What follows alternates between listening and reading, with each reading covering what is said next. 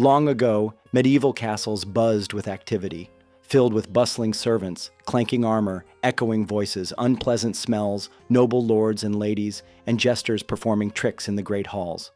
After the Norman conquest in 1066, castles began to appear across England and Wales, not only as defensive strongholds, but as tools to enforce the new feudal order. Under this system, common people served and fought for the nobility in return for land, shelter, and protection. More than just military fortresses, castles served as powerful symbols of a lord's authority. Their layered social structure, from the kitchens to the throne room, mirrored the broader medieval world. A world defined by strict hierarchy, duty, and occasional celebration. But what was daily life really like inside those stone walls? Were castles the luxurious palaces of legend, or were they drafty, damp, and demanding places to live? Let's take a closer look at what it meant to live in a medieval castle. The number and variety of rooms in medieval castles varied widely depending on their size and purpose. Early castles, especially smaller or older ones, were often quite simple, consisting mainly of a single tower where each floor housed just one main room. In contrast, larger castles and grand manor houses featured a far more complex layout. These included great halls, private bedchambers, sitting rooms known as solars, as well as bathrooms and guardrobes, toilets. Functional areas like kitchens, pantries, larders, and butteries ensured the household was well fed, while spaces like chapels, boudoirs, dressing rooms, cabinets, small libraries, and storerooms added a touch of refinement. Some even had ice houses, dovecotes, separate apartments for guests, and in certain cases, ominous dungeons. At the heart of most castles was the Great Hall. Often the most comfortable and elaborately adorned space, it served as the social hub of the castle, a venue for feasts, festivities, performances, and important gatherings. Lords and ladies typically resided in private apartments, which might include their own bathroom with a built-in privy and a chamber for receiving favored visitors. A private chapel was also common among the nobility. These quarters were usually in the most secure part of the castle, with strict control over who was allowed access. In some especially fortified castles, the lord and lady's living space was housed in an entirely separate building, designed to be defensible even if the main structure were overtaken. Life inside a castle was not as glamorous as we often imagine. While the nobles enjoyed some comfort, their lives were defined by responsibilities and the constant fear of attack. The majority of the castle's population, including soldiers and servants, lived in much more humble conditions. Castles had large kitchens where food was prepared for the inhabitants. The diet of those who lived in the castle was generally simple, consisting mainly of bread, meat, cheese, and pottage, a thick, hearty soup made from vegetables and meat. Wealthy had more elaborate meals, but food was often quite bland due to the high cost of spices. Meals in the Great Hall were often grand occasions. The hall was the center of social life in the castle, with long tables where nobles and their guests would dine. These banquets were about more than just food. They were opportunities for the lord to showcase his wealth and power, often accompanied by music, dancing, and entertainment. In contrast, for the servants and soldiers, eating in the hall was a rare luxury. Despite the castle's formidable defenses, life within its walls wasn't always easy. Castles were often cold and uncomfortable, especially in the winter.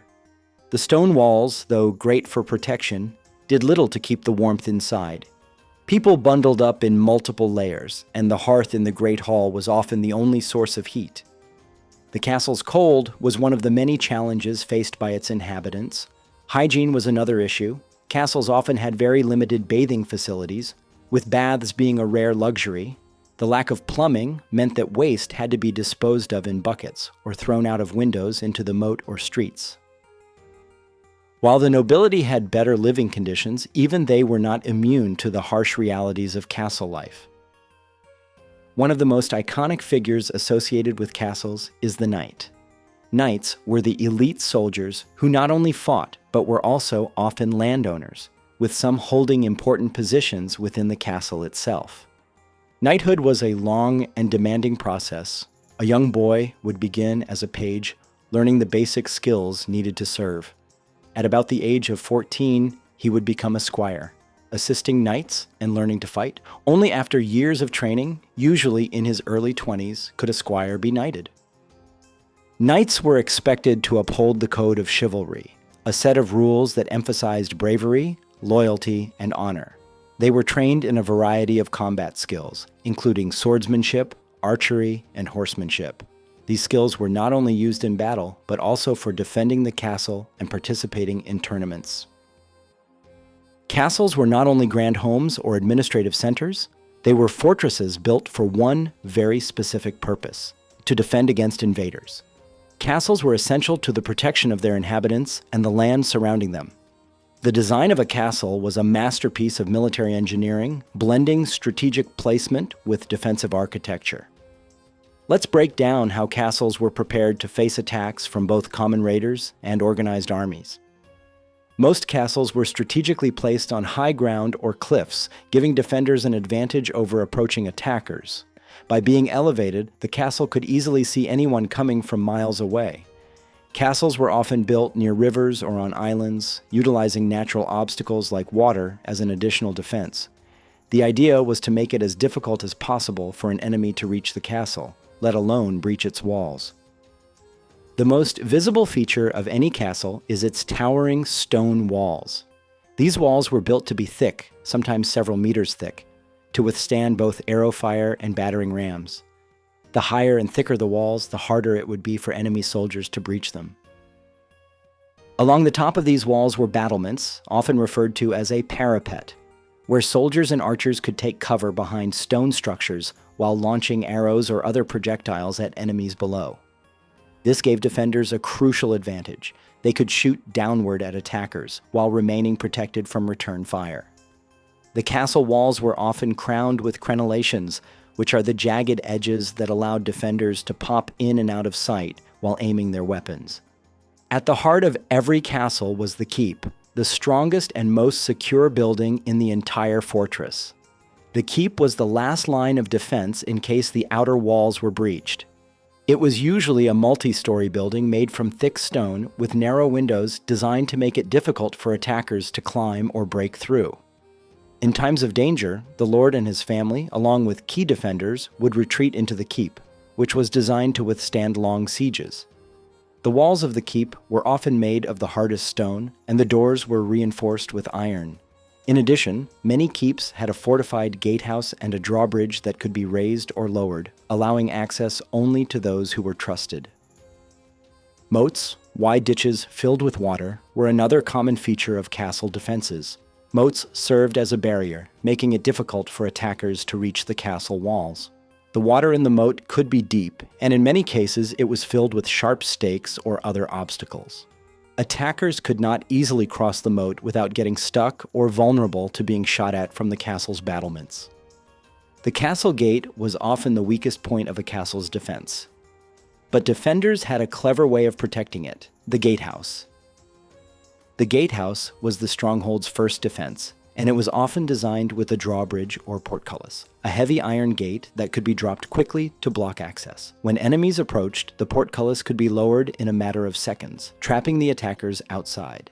Castles weren't just defensive structures in terms of walls and gates. They were also equipped with a variety of weapons designed to deter or eliminate enemies. One of the most iconic castle defense mechanisms was the trebuchet. A trebuchet is a type of siege weapon that uses a swinging arm to hurl large stones, fireballs, or other projectiles at the enemy. These weapons could break through enemy lines, cause chaos among attacking forces, and knock down sections of enemy walls or wooden fortifications. Trebuchets could hurl massive stones over long distances, and their use often determined the outcome of a siege. Alongside trebuchets, castles were equipped with ballistae and catapults, which could fire large bolts or stones, either directly at enemies or into enemy formations. Defenders would often stand at the ready, loading and firing these weapons, especially when enemy soldiers attempted to storm the gates or breach the walls. While weaponry played an important role, castles were also designed to prevent any enemy from sneaking inside. Crenellated walls, murder holes, and sally ports were critical in ensuring that no one could infiltrate the castle. Murder holes were small openings in the ceiling or walls, placed above the entrance or important sections of the castle. Defenders could pour boiling oil, rocks, or burning substances through these holes onto unsuspecting attackers below. Meanwhile, sally ports, secret narrow exits in the castle's outer defenses, were used by the defenders to launch surprise attacks on the besieging forces. These small entrances allowed soldiers to go out and attack the besiegers from behind, causing confusion and disrupting their siege. Sieges were long, grueling affairs. Attackers would often surround the castle, cutting off supplies, and launching periodic attacks to break the defenders' spirit. Inside the castle, life became incredibly difficult for those under siege. The defenders had to ration food and water carefully, knowing that each day they held out brought them closer to victory or failure. Inside, morale was vital. Soldiers and non-soldiers alike had to remain vigilant, knowing that any weakness in the defense could spell disaster. But castles were designed with this in mind. The keep was always stocked with enough food to last for months, and in many cases, wells within the castle walls provided a safe water supply during extended sieges. A siege would end when one of two things happened. The defenders ran out of food, water, or resources and had to surrender, or the attackers gave up and retreated. If the attackers succeeded in breaking through the walls or gates, they would flood the castle, often looting and destroying everything in their path. However, when the defenders successfully repelled an attack, they would often gain an invaluable advantage, preserving not only their castle, but also their reputation. Life within the walls of a castle was never without risk, but with strong defenses, skilled defenders, and a little luck, castles were able to stand tall through centuries of conflict. Their design and construction were feats of engineering, and the people inside, from the lord to the lowliest servant, were key players in the survival of the castle during these turbulent times. Outside the castle, life was drastically different. The majority of the population lived in small villages or on farms, far removed from the relative safety of the castle walls. While the noble family enjoyed a life of relative comfort, the peasants who worked for them faced constant challenges. These peasants were responsible for growing the food that fed the castle's inhabitants, as well as producing goods like cloth, pottery, and tools. Their lives were hard, with long hours spent working in the fields or performing menial labor. They lived in simple homes, often made of wood or stone, and had little say in how their lives were run. Their survival depended on the benevolence of the Lord and the protection the castle provided. Castles were more than just fortified homes. They were centers of power, defense, and survival. The people who lived in them, from the noble family to the lowliest servant, each had a role to play in ensuring the castle's survival, whether through warfare, service, or labor. Thanks for watching. If you enjoyed this deep dive into medieval castle life, be sure to like, comment, and subscribe for more videos about the fascinating world of history.